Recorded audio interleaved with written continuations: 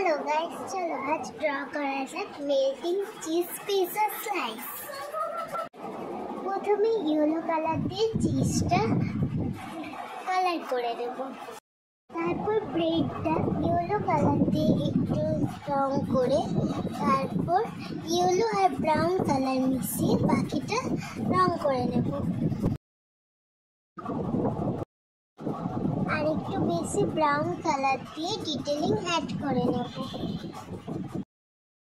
এবার টপিংগুলো সাইডগুলোকে একটু হাইলাইট করার জন্য আমরা ব্রাউন কালার আর ইয়েলো কালার এবং হোয়াইট কালার মিশিয়ে কালার বানিয়ে হাইলাইট করে নেব।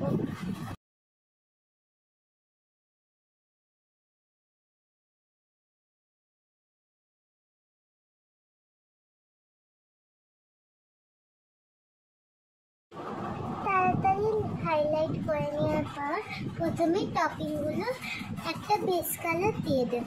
প্রথমে মাশরুম এবং হোয়াইট মিশিয়ে একটা কালার বানিয়ে মাশরুমে কালার করলাম, তারপর ক্যাপসিকামের জন্য গ্রিন এবং সসেসের জন্য রেড এবং ব্রাউন মিশিয়ে একটা হালকা কালার করে বেস করে নিলাম।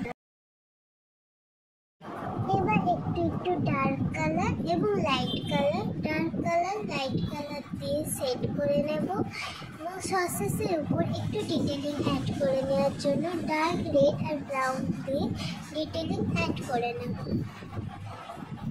পিৎজা স্লাইসটা রিয়েলিস্টিক বানানোর জন্য আরও কিছু ডিটেলিং অ্যাড করতে থাকবো হোয়াইট দিয়ে।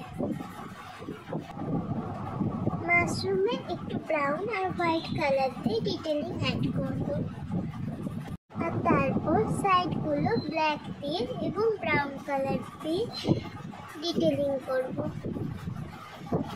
হাইলাইট করা হয়ে যাওয়ার পর ওভারঅল একটু ডিটেলিং অ্যাড করার জন্য হোয়াইট কালার দেব। ঠিক যেভাবে হোয়াইট কালার দিয়ে আমি ডিটেলিং করছি তোমরা ওভাবে করতে পারো।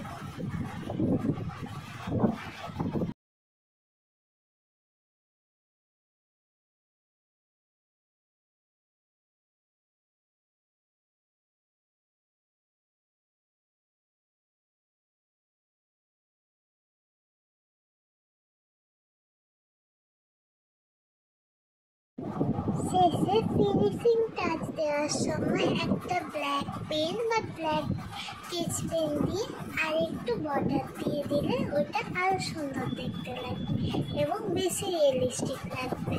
তার জন্য স্কেচ পেন দিয়ে আমি আরেকবার বর্ডার দিয়ে দিলাম। চলো এবার দেখা যাক ফাইনাল লুকটা কেমন দাঁড়ায়। তোমাদের যদি ফাইনাল লুক ভালো লাগে তাহলে একটা লাইক শেয়ার কমেন্ট করে